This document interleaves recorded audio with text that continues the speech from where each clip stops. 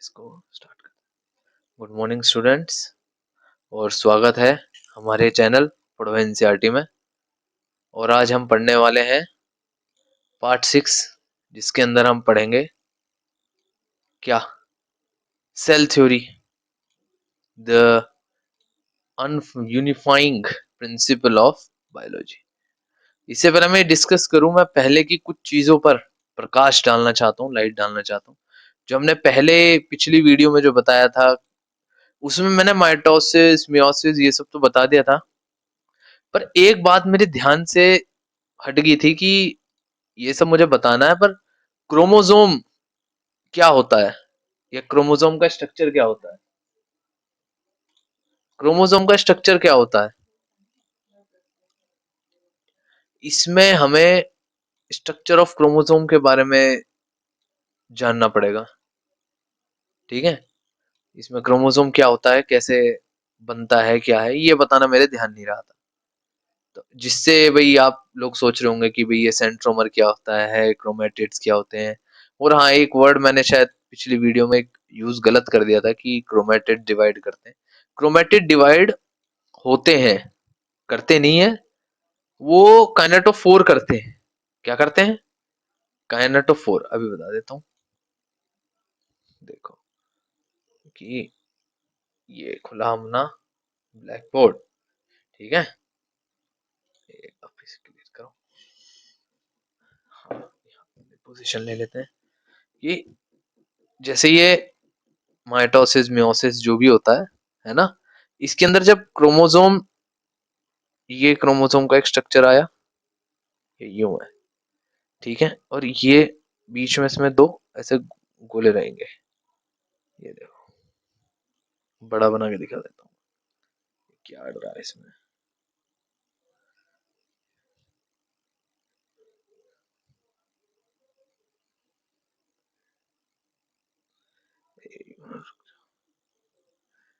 ये पेन क्या है, कुछ कार्बन अड़ गया। अब ठीक है, हाँ, ये एक स्ट्रक्चर आया, ये आया, ये आया दूसरा। इसके अंदर जो है, जब ये डिवाइड होता ना, तो यहाँ पे इधर और इधर, ये क्या आ गया इसमें, दिख नहीं पा रहा है ये सही से। रुक जाओ, मैं फिर इसमें बता देता हूँ, एक मिनट। कि ये एक बना दिया। ठीक है, ये एक क्रोमोसोम का ये एक स्ट्रक्चर क्रिएट हो गया। भाई हंसना मत, ऐसा ही है ड्राइंग इसमें भी। ठीक है, तो ये जो क्रोमोसोम होएगा ना, ये होएगा क्या, क्रोमैटिड। इसे हम बोलेंगे सिस्टर क्रोमैटिड। क्या बोलेंगे इसे? Sister chromatid. ये वही मैं स्ट्रक्चर जो मैं बताने वाला हूँ, उसमें ही पता चलेगा कि ये क्या बात कर रहे हैं जब मैं स्ट्रक्चर के बारे में बताऊंगा। अभी यूनिफाइंग वाला पढ़ेंगे, उसके बारे में पढ़ेंगे अभी। यूनिफाइंग वाला भी पढ़ेंगे, पहले आप क्रोमोसोम और उसके बारे में जान लो, क्योंकि ये जरूरी है, पेपर में भी आएगा। ठीक है, कि भाई ये क्या चीज है, इसका मतलब क्या पढ़ रहा है। ठीक है, देखो अब चल गया ना पेन मेरा, अब जरा इसे क्लियर करता हूँ। ठीक है, एक मिनट। ये देखो, यहाँ पे ये हमारा एक क्रोमोसोम का स्ट्रक्चर बन गया, और ये बन गया दूसरे वाला। तो ये जो है ना, ये कहलाएगा क्रोमेटिड। क्या कहलाएगा ये? क्रोमेटिड। ठीक है, और ये है सेंट्रोमर। क्या ये? सेंट्रोमर। ठीक है, अब मेन कहानी इन्हीं के इर्द गिर्द पे ही है। जब हमारी प्रोसेस होती है माइटोसिस में, कितने फेज होते हैं? 5, है ना? 5 फेज होते हैं। पहला इंटरफेस, दूसरा प्रो, तीसरा एनाफेज। ठीक है, जब एनाफेज आता है तो आपने देखा होगा उस फेज के अंदर यहाँ पर दो ये हिस्से क्रिएट हो जाते हैं और ये स्पिंडल्स, ये ये बना और ये बना, ऐसे ये स्पिंडल्स आ जाते हैं, आ जाते हैं। फिर ये दोनों मेटाफेज में कैसे हो जाते हैं, ऐसे हो जाते हैं, ये भी ऐसे हो जाते हैं, ये दोनों इसे पुल कर रहे होते हैं। तो ये क्या है, ये मुझे बताना ध्यान नहीं रहा था शायद। इसे कहते हैं काइनेटोकोर। क्या कहते हैं इसे, काइनेटोचोर कह लो, कोर कह लो, कुछ भी कह लो, उसमें कोई वो बात नहीं। ये होता है सिस्टर क्रोमेटिड। मैं शायद इसे क्रोमेटिड कह गया था, अगर वीडियो ध्यान से देखी होगी तो पता लग जाएगा मैंने क्या वो बोला, इसे मैंने क्रोमेटिड कह दिया था, लेकिन फिर भी मैं बता रहा हूँ, ठीक है। और ये क्या है, सिस्टर क्रोमेटिड, ये सेंट्रोमर, जो पुल होएगा, जो उस तरफ की तरफ खींचेगा, जो इस तरफ खींचेगा, ठीक है, समझ में आई। ये देखो यार, यहां देखो, है ना, ये जो है ना, ये कहाँ गया वो, दूसरी फोटो भी तो थी मेरे पास जो मैंने बड़ी करके लगा रखी थी, ये रही, ये देखो भाई, अब समझो इसे। ये जो है ना, ये ये हिस्सा, ये मैं शायद इसे क्रोमेटिड बोल गया था, अब ध्यान आया। हम्म, ये है काइनेटोफोर। क्या है ये, काइनेटोफोर। ये है क्रोमेटिड, सिस्टर क्रोमेटिड। और ये जो बीच का हिस्सा है, ये क्या है, सेंट्रोमर, ठीक है। अब आपको इसके स्ट्रक्चर के बारे में बता देता हूँ। ये ना स्ट्रक्चर ऑफ क्रोमोसोम, देखो,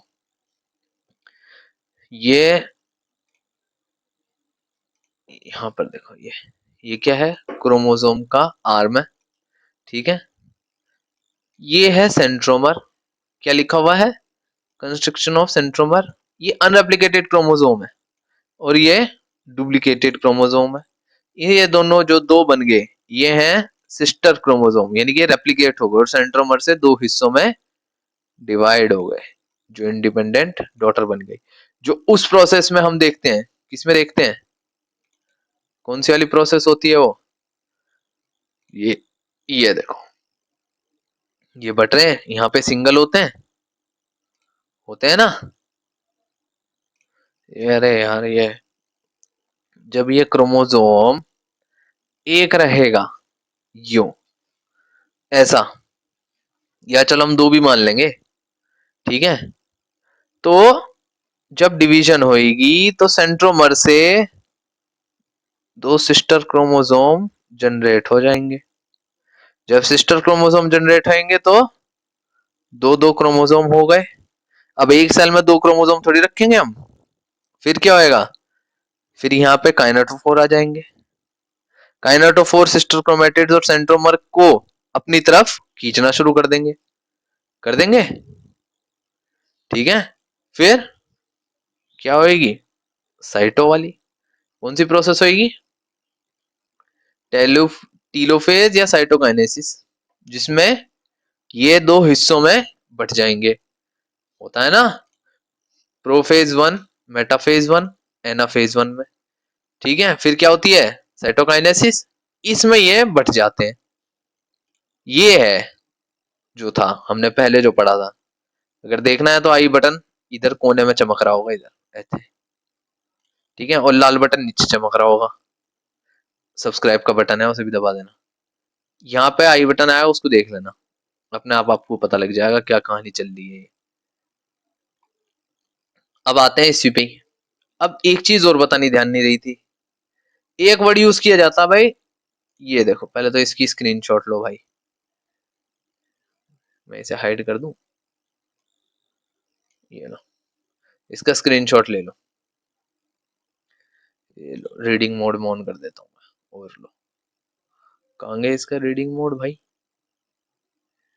रीडिंग मोड कहाँ है, अरे बाबू, शेर। हाँ, ये मैंने इसका रीडिंग मोड ऑन कर दिया।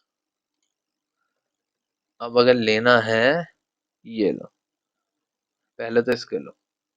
क्रोमोसोम क्या होते हैं? अब पहले क्रोमोसोम की डेफिनेशन जो मैं लिखवाना चाह रहा हूँ, इसको लिखो, क्रोमोसोम की डेफिनेशन को। क्या होती है क्रोमोसोम की definition? Chromosome are the thread like structure usually present in the nucleus that become visible only during the cell division. क्यों, कैसे, क्या बताया था मैंने?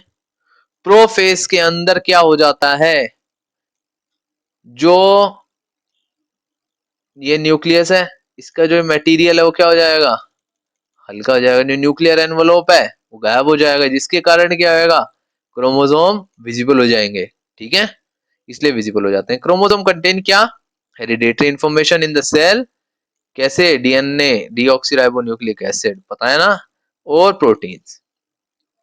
ठीक है, most chromosome consist of two arms that extend out from specialised region of DNA called सेंट्रोमर्स।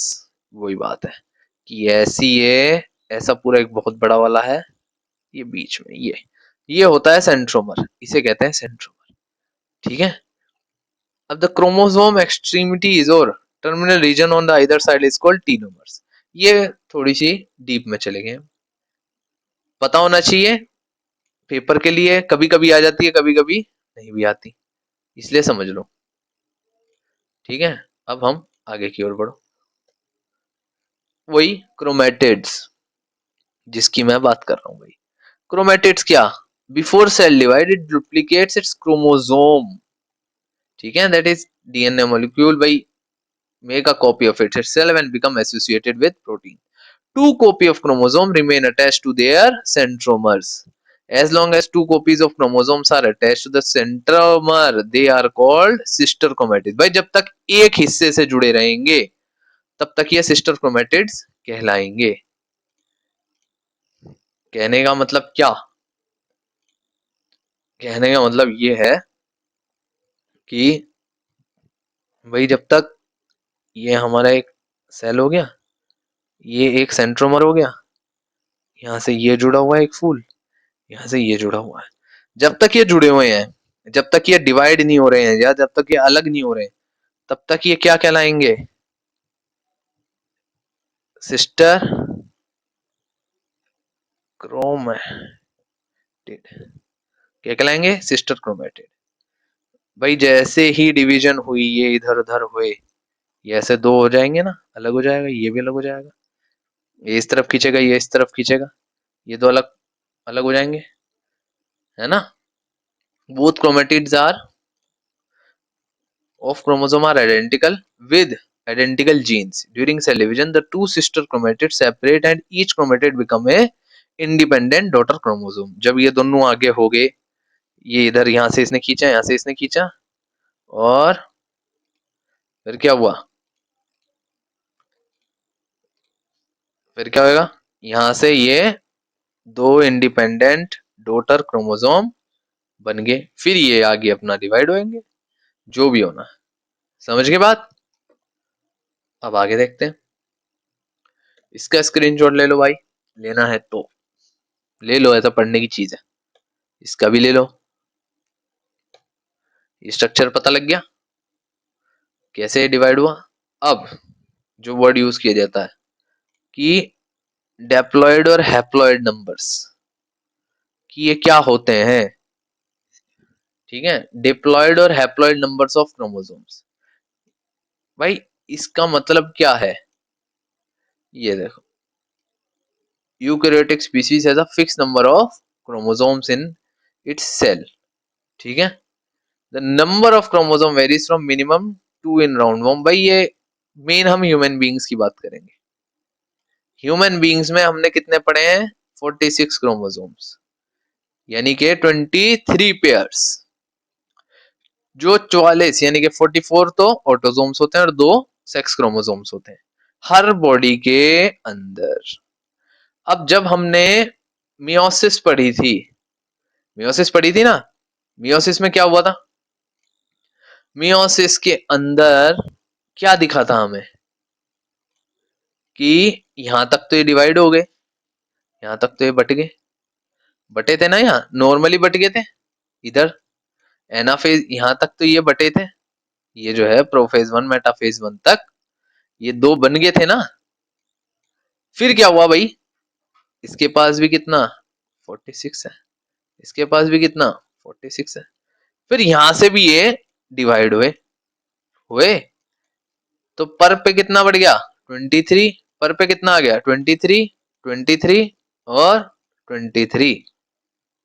तो अब ये जो कहानी है ना, ये जितने भी 46 लेके चल रहे हैं इन्हें बोला जाएगा डेप्लॉइड, यानी कि 23 पेयर्स के साथ हैं ये, पर इसमें सिर्फ 23 हैं इसलिए इन्हें हैप्लॉइड बोला गया। ठीक है, समझे की बात, कि देखो यहां पे हमने बता दिया कि यहां देखो always pair of each kind, ठीक है, the paired condition of chromosome is known as diploid, यानी कि जब एक थे ये बटा दो बटे इन पे 46 इस पे 46, ठीक है, फिर इसमें से बट गई है इस पे 23, इस पे 23, ये कौन से हो गए भाई, ये सेक्स क्रोमोसोम्स हो गए, मतलब जो सेक्स क्रोमोसोम डिवाइड होते हैं उनमें मिलता है, हैप्लॉइड उन्हें कहेंगे हम।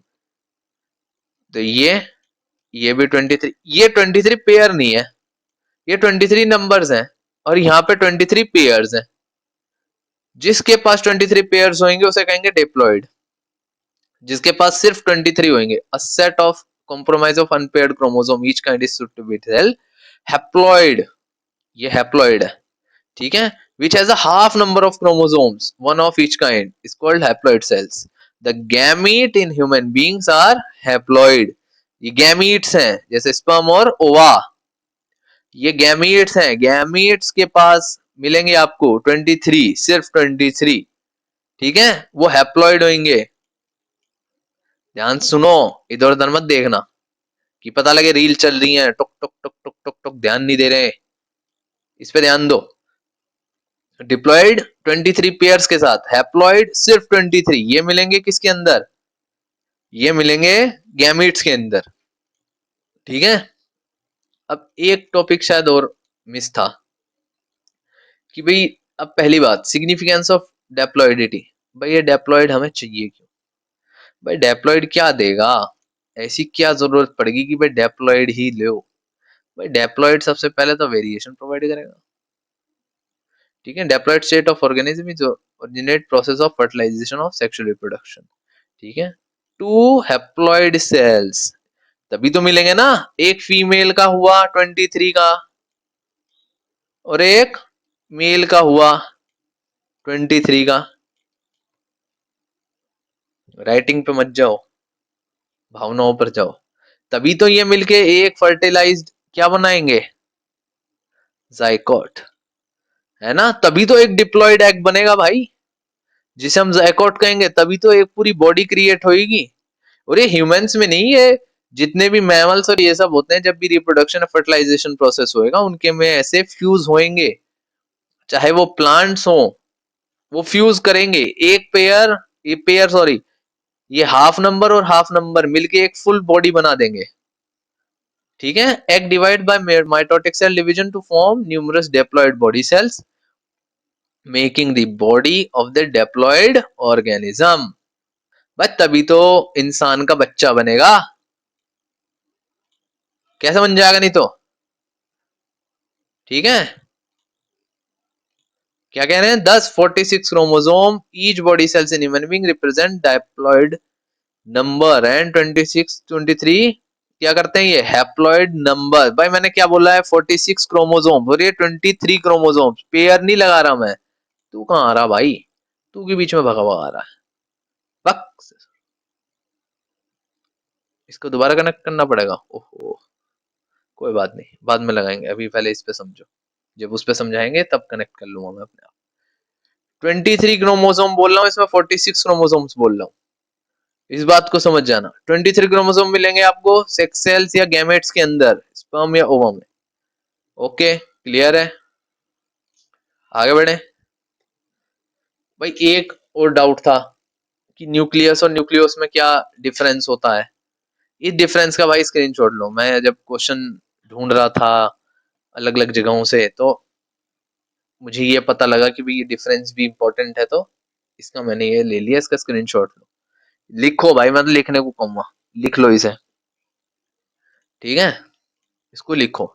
न्यूक्लियस क्या करता है, represent the whole eukaryotic complex that contain genetic information. और ये nucleus, it is a component of nucleus. भाई न्यूक्लियस क्या होता है, ये तो पूरा एक कॉम्प्लेक्स स्ट्रक्चर हो गया, पूरा बड़ा वाला, जिसके अंदर सब कुछ है। और न्यूक्लियस ये इसका एक हिस्सा हो गया जो इसके अंदर मिलेगा यहाँ पर, ठीक है। It is covered by two membrane. और भाई न्यूक्लियस के अंदर तो कोई मेम्ब्रेन मेम्ब्रेन होगी नहीं, क्योंकि ये तो इसके अंदर होगा, ठीक है। It control the structure of working cell, it synthesise क्या, राइबोसोमल सब यूनिट्स। मैं ज्यादा डीप में नहीं जाऊंगा। राइबोसोम का रोल क्या होता है, कमेंट्स में बताओ कि राइबोसोम का रोल क्या होता है। जल्दी से जल्दी बताया जाए, ठीक है, कि क्या होता है राइबोसोम का रोल। आहा, ये आया, ये दोबारा से रिकनेक्ट हुआ है। इसको हम दोबारा से, ये मिनिमाइज हो जाओ। समझ के बाद कहेंगे अरे सर आप तो वो क्या यूनिफाइंग प्रिंसिपल पता नहीं क्या पढ़ा रहे थे, कहाँ से। भाई पिछली वीडियो देख लो, ये कहानी राम कहानी वहां से चल रही है। कहाँ से चल रही है, स्टार्टिंग में। अब हम चलते हैं, स्ट्रक्चर ऑफ क्रोमोसोम हो गया, सिग्निफिकेंस और ये सब हो गया ना। चलो जी, अब चलते हैं हम कहाँ पर, कौन सी पे, पहले पे, द किस पे, cell theory, the unifying principle of biology. इसमें अब क्या भाई, क्या चीज है, ये क्या बोलना चाह रहा है। ये जो सेल थ्योरी है, सेल थ्योरी, ओहो काला हो रखा है भाई, ब्लैक ब्लैक, किस हद तक ब्लैक है। Cell theory the unifying principle of biology, ये भाई ये क्या है, मेन मैं बता देता हूँ। इसका अगर मैं लेमैन लैंग्वेज में बोलूं कि सेल थ्योरी ये कहती है हर जीव, हर आदमी, हर प्लांट, हर यूनिसेलुलर, सब कुछ सेल से बना हुआ है। हमारे चैप्टर का नाम क्या है, हमारा जो चैप्टर है उसका नाम क्या है, क्या नाम है, सेल थ्योरी, क्या नाम है, cell the building block of life, cell the building block of life. मतलब सेल जो जिंदगी बनाता है वही सेल थ्योरी है। किसने दी, 1839 में जर्मन जूनोलिस्ट थियोडोर शेजवान ने, शेजवान ठीक है, found that all animals also made up of cells ठीक है। लेटर 1855 में जर्मन साइंटिस्ट नेम्ड रोडोल्फ विचोर further explain the cell theory by stating that new cell are formed by only pre existing cell. भाई पुराने cell होंगे तो नए cell बनेंगे। अब ये वही बात आ गई, पहले मुर्गी आएगी अंडा, भाई पहला सेल जब बना होगा तभी तो दूसरा बना होगा। अब वो पहला सेल कैसे बना, ये भाई भगवान जाने, ये सब थ्योरेटिकल चीजें हैं, हमें नहीं पता, ठीक है। भाई सेल बन गया, अब इस सेल से अगला सेल बनेगा, डिवीजन होगी तभी तो बनेगा। Together they work led to the formation of the cell theory. इसका क्या ले लो, स्क्रीनशॉट, पढ़ा लिखा है। आगे चलते हैं, आगे चलते हैं। ये है 3 टेंस ऑफ सेल थ्योरी। क्या है 3 टेंस ऑफ सेल थ्योरी, क्या बोल रही है। All living organism are compose of one or more sales. जैसे ट्री, ये क्या है, ये है यूनिसेलुलर। ये कौन है, अमीबा यूनिसेलुलर, बैक्टीरियम यूनिसेलुलर। ये ट्री किससे बना है, प्लांट टिश्यू से, एनिमल टिश्यू से, ठीक है। Cell is the basic unit of structure and function in organism. भैया सेल नहीं होगा तो काम कैसे चलेगा, पीछे हम पूरा चैप्टर पढ़ चुके हैं। कैसे पता चलेगा कि क्या है ये? ठीक है, all cell arise from pre existing cells. भाई पेरेंट सेल है, रेप्लिकेशन हुआ, रेप्लिकेशन मजे डिवीजन। रेप्लिकेशन का मतलब क्या होता है? डिवीजन ही होता है भाई, रेप्लिकेट करना। पर माइटोसिस और मियोसिस में तो अंतर होता है ना। मियोसिस में वेरिएशंस हैं, माइटोसिस में रेप्लिकेशन है। यानी कि माइटोसिस में क्या मिलेगा? एस को एस ही मिलेगा, और मियोसिस में एस बट के वाई और जेड में बट जाएगा। ये है, ठीक है। ये है आपकी सेल थ्योरी की भैया। सेल, ये 3 लाइनें हैं, आगे दिखा दूंगा मैं इसमें। ये रही, what is cell theory, main line ये है। क्या है सेल थ्योरी? ये 3 लाइनें हैं, इन 3 लाइनों को भैया याद कर लेना। According to the classical cell theory, all living organism are made up of one or more cell. The cell is the basic unit of structure and function in the living beings. All cell arise from pre-existing cells. ठीक है? This unifying all biology from bacteria to human explain the life's continuity through cell divisions. समझे? हिंदी में बताऊं? सारे जीव जंतु एक या एक से ज्यादा कोशिका यानी कि सेल से बने हैं। जो कोशिका है वही एक यूनिट स्ट्रक्चर है, यानी कि सिंगल, एकल, एकल है। किसका? स्ट्रक्चर का और फंक्शन का। किसके लिए? लिविंग बींग्स के लिए। सारे सेल्स जो पहले सेल होंगे उसी से ही बने हैं। अब जो नए सेल बन रहे हैं पहले वालों को ही तो देख देख के बैक्टीरिया बटे जा रहे हैं। ठीक है, this unifying all biology from bacteria to human explains life continuity through cell division. समझ गए बात? आगे समझ में? ये वैसे मैं पार्ट इसको कंबाइन ही कर देता, पर वो वीडियो बहुत लंबी हो रही थी यार, 1 घंटा करीब ज्यादा हो गई थी वो। तो मैं कहा यार कोई बात नहीं, हम अगले में डाल देंगे। ठीक है, कोशिश करेंगे सही से समझ में आए। अब भाई ये do cell grow and reproduce, अब देखो डिवीजन तो सुन ली हमने। भाई माइटोसिस क्या होती है, मियोसिस क्या होती है, कैसे डिवाइड होते हैं, कैसे कैसे इनकी कहानी चलती है। पर जब इनकी डिवीजन चलती है तब क्या होएगा? तो देखो भाई, हमने डिवीजन पढ़ ली क्या होती है, कि एक सेल से मिलके बना दूसरा सेल, दूसरे से तीसरा, तीसरे से चौथा, चौथे पांचवा, छठा, सातवां, आठवां, नौवां, 10वां, ये मिलके सबने क्या बना दिया? सेल्स ने टिश्यू। क्या बना दिया? टिश्यू। अब ये एक टिश्यू, ये मिल गया, ये बहुत सारे सेल्स आ गए, ये एक और टिश्यू। अब ये 2 टिश्यू मिलके क्या बना देंगे? एक ऑर्गन। बट अब इसमें आ जाता है बट इस बात का है, ये सेल डिवाइड हो रहा है भाई। इस सेल ने कहा मैं नहीं हूँ भाई इसके साथ डिवाइड। वो कह रहा क्यों नहीं होगा? कह रहा मैं नहीं होने का, मैं अलग हूँ। ये अलग आ गया, इसने अपनी अलग डिवीजन स्टार्ट कर दी बॉडी में। इनकी डिवीजन स्टार्ट चल रही है, ये अपना बन रहे हैं, ये टिश्यू बना रहा है, ठीक है, ये अपना ऑर्गन बन गया। पर इस ऑर्गन में अलग डिवीजन स्टार्ट हुई। समझ लो जैसे किस में हुई? लंग्स में, या फिर किस में मान लो, थ्रोट में मान लो, थ्रोट में हुई होगी। ये अलग डिवीजन चले जा रही है, बॉडी को पता है कि डिवीजन चल रही है, वो चले जा रही है। ये एक अलग एक सेल बन गया। इसको क्या कहेंगे हम? क्या कहेंगे हम इसे? ये है ट्यूमर। क्या है ये? ट्यूमर। इसे हम कहेंगे ट्यूमर सेल। ये हो गया भाई कार्सिनोजेनिक। क्या हो गया? कार्सिनोजेनिक, यानी के कैंसरस। क्या है ये? कैंसरस। भाई ट्यूमर जो है वो कैंसरस भी हो सकता है, ठीक है, या नॉन, तो भाई बहुत रेयर होते हैं, नॉन कैंसरस भी हो सकता है। ट्यूमर मतलब गांठ, गांठ होती है बेसिकली।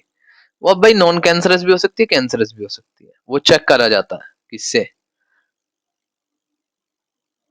बायोप्सी। ठीक है, ऑटोप्सी नहीं, बायोप्सी। ऑटोप्सी मरोगे की जाती है, बायोप्सी यानी कि सैंपल निकाला जाता है भाई, एक बॉडी ले जिस हिस्से में उसके में ट्यूमर है, ठीक है। अब भाई समझ लो क्या नाम है उसका, जो दिखाते हैं थिएटर्स में। अब भाई ये है हमारा क्या, भारत। इधर हमारा कैंसर पनप गया, पनप गया। अब यहाँ से हम बायोप्सी लेते हैं। ऐसा नहीं सोचना। अबे फिर हट गया ये, यहाँ तो हम साला कनेक्ट करते हैं, ये बार बार हट जाता है।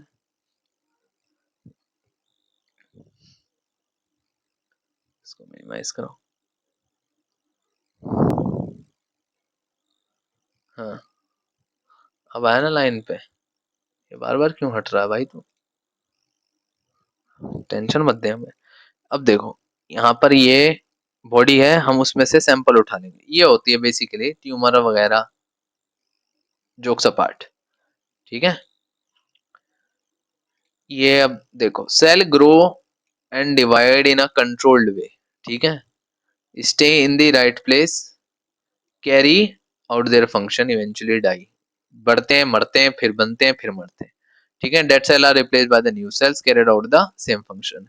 If cell don't die when they should, भाई जब वो नहीं मरे, इफ और if they don't not die, भाई जब वो नहीं मरेंगे तो बॉडी में प्रॉब्लम राइज होंगी। कैसे? Cell division usually stops when cell come in the contact with the neighboring cells. This process is called contact inhibition. भाई एक सेल है, ठीक है। अब मैं दिखाता हूँ दोबारा कि इसमें ही समझ में आएगा, ब्लैक बोर्ड में ही, ठीक है। एक सेल है, ये डिवाइड हो रहा है, यहाँ पे एक और अदर सेल है, ये दूसरा टिश्यू है, इसके अंदर सेल डिवीजन हो चुकी, ये रुक चुकी, ठीक है। अब यहाँ पे ये चल रही है, जैसे ये टच होएगा इसे कहेंगे टच इनहिबिशन, ये रुक जाएगी, इसे कहेंगे क्या, क्या कहेंगे इसे, टच इनहिबिशन। इसे हम टच इनहिबिशन कहेंगे, यानी कि इनहिबिट होना, रुक जाना, ये रुक जाएगी पर, ठीक है। However cancer cell lose control and keep dividing uncontrollably. भाई कैंसर सेल क्या करते हैं, लूज कंट्रोल कर जाते हैं और एकदम डिवाइड होते चले जाते हैं, टक टक टक टक टक टक टक टक, क्या बना देते हैं, ट्यूमर्स, जो कि बहुत ही ज्यादा डेंजरस होता है, बहुत ज्यादा, ठीक है। How do cell monitor their growth to maintain balance, ये क्वेश्चंस हैं ये कुछ। Cell have a neutral way of dying balance, भाई ये अपना आप ही उनके अंदर सिस्टम होता है कि भाई वे चेक करते रहते हैं, डिवाइड होते हैं नहीं, ठीक है। मेन ये समझो, ट्यूमर फॉर्मेशन वो सब समझने की थी, वो तुम खुद भी समझ लो भाई, इतना दिमाग है तुम में। अब नॉर्मल सेल साइकिल चल रही है, ठीक है, चले जा रही है। लॉस ऑफ रेगुलेशन और इनिशिएशन, ये अलग बन गया एक, डीएनए डैमेज की वजह से बहुत कारण होते हैं। देखो सबसे बड़ा कारण कैंसरस क्या होता है, कार्सिनोजेनिक एजेंट्स। कार्सिनोजेनिक एजेंट्स क्या होते हैं, जो हमारे डीएनए में कुछ अपडेट या कुछ बग दे देते हैं, कि जैसे हर सॉफ्टवेयर में एक बग आ जाता है जिससे वो बेकार हो जाता है ना। तो भाई ये जो है ना डीएनए, हमारे जो हमारी बॉडी है वो चेक करती रहती है, अच्छा डिवाइड हो रहा है, ये डिवाइड हो रहा है, ये डिवाइड हो रहा है, इस पे ध्यान मत देना, ये डिवाइड हो रहा है, ठीक है। यहाँ पे जैसे ही वो गलती से वो जो बग है वो इस चेक पॉइंट को फेल कर देगा और ये अलग हो जाएगा एक सेल, फिर ये डिवाइड होना शुरू हो जाएगा और ये क्या बना देगा, ट्यूमर। समझ गए बात, ठीक है। अब भाई ये चीज आपको समझ में आ गई पूरी, ठीक है। अब एक क्विक रिवीजन, चैप्टर हो चुका है खत्म, यही था cell the building block of life में। अब अगला हम पढ़ेंगे भाई टिश्यू। अभी पिछले का रिवीजन मारो एक बार कि क्या क्या होता है, कैसे कैसे होता है।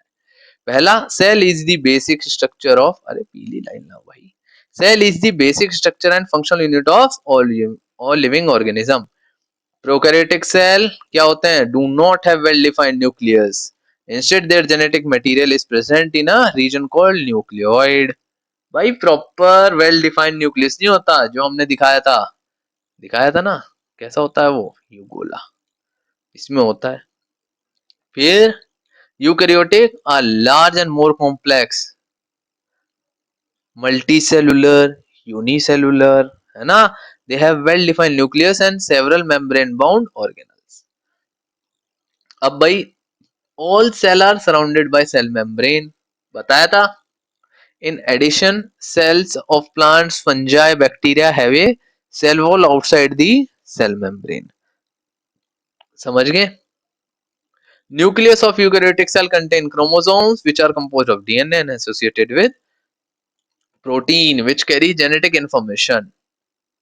ठीक है, जेनेटिक इन्फॉर्मेशन कौन कैरी करता है? डीएनए। डीएनए की फुल फॉर्म क्या होती है जल्दी बताओ, जोर से बोलनी है, घर वालों को भी सुना नहीं चाहिए। All cell are filled with cytoplasm in eukaryotic cells. Cytoplasm contains several cell organelles। ठीक है, अलग अलग सेल ऑर्गेनल्स होते हैं जो जो हमने पढ़े हैं। कैसे कैसे? लाइसोसोम, क्या? लाइसोसोम्स, राइबोसोम, है ना। ठीक है, गोल्गी एपरेटस और माइटोकॉन्ड्रिया, सबके हमने फंक्शन पढ़े, स्पेसिफिक फंक्शंस होते हैं सबके। कैसे? देखो, सेल ऑर्गेनल कौन से? Nucleus, endoplasmic reticulum, mitochondria, Golgi apparatus, ribosome, lysosomes. ठीक है। Plant cell also contain special organelles called plastids, chloroplast, leucoplast। अब बाबा, मैंने क्लोरो का मतलब क्या बताया था?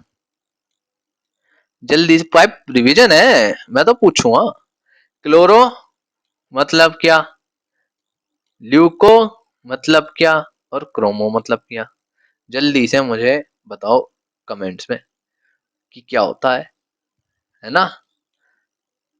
क्लोरो मतलब हरियाली, ल्यूको मतलब सफेदी, क्रोमो मतलब क्या? ऑरेंज, भगवा हमारा तिरंगे की तरह, इससे समझ लो। क्रोमो मतलब कलर, क्लोरो मतलब हरा, ल्यूको मतलब सफेद। ठीक है। माइटोसिस और मियोसिस तो भैया इतनी बार पढ़ा दी, इतनी बार बता दी। बस मुझे यूं बता दो भाई, प्रोसेस कितनी होती है इसके अंदर, कितनी होती है मियोसिस के अंदर? टू स्टेप डिवीजन प्रोसेस है, डॉटर सेल में डिवाइड हो जाते हैं हाफ नंबर ऑफ क्रोमोसोम्स। समझ गए बात? ठीक है। Normal cell grow in control, मैंने ये तो भी बता चुके हैं। ये चैप्टर हो चुका है आपका फिनिश। ठीक है। अब मिलते हैं अगली वीडियो में, जिसमें हम पढ़ेंगे क्या? क्या पढ़ेंगे अब? जब हम ये सब पढ़ चुके हैं तो अब हम इसमें क्या पढ़ने वाले हैं? फिर हम पढ़ेंगे भाई, जब एक सेल बन जाएगा, अब अगली ऑर्गेनाइजेशन पाएंगे हम, वो है टिश्यू। अब अलग अलग टिश्यूज होते हैं भाई, टिश्यू के इशू को हम समझेंगे। किसे? टिश्यू के इशू को हम समझेंगे कि टिश्यू के इशू क्या है। ठीक है। अब जो है दरखास्त की, चैनल को सब्सक्राइब करो। ठीक है, चैनल को सब्सक्राइब करो, वीडियो को शेयर करो और लाइक करो धनाधन। बटन को तोड़ दो, इसे जो बटन है ना, इसको तोड़ दो, उड़ा दो इसे, दबा दबा भाई, थोड़ा सा प्रोत्साहन मिलता है, मदद मिलती है, इससे मैं भी और वीडियो बनाऊंगा और थोड़ी सी और मेहनत लगा दूंगा। मेहनत तो और चली रही है भाई, थोड़ी सी और लग जाएगी, एक्स्ट्रा लगा दूंगा थोड़ी सी। ठीक है, नहीं तो फिर क्या होगा यार, चैनल हल्का पड़ जाएगा। थोड़ी सी लगाओ मेहनत और वीडियो को लाइक करो और पूरी देखो भाई वीडियो को, बहुत इंपॉर्टेंट और बढ़िया टॉपिक समझा रखा मैंने। ठीक है, चलिए जी, okay, good bye, good night, good evening and good morning. सुबह देख रहे हो तो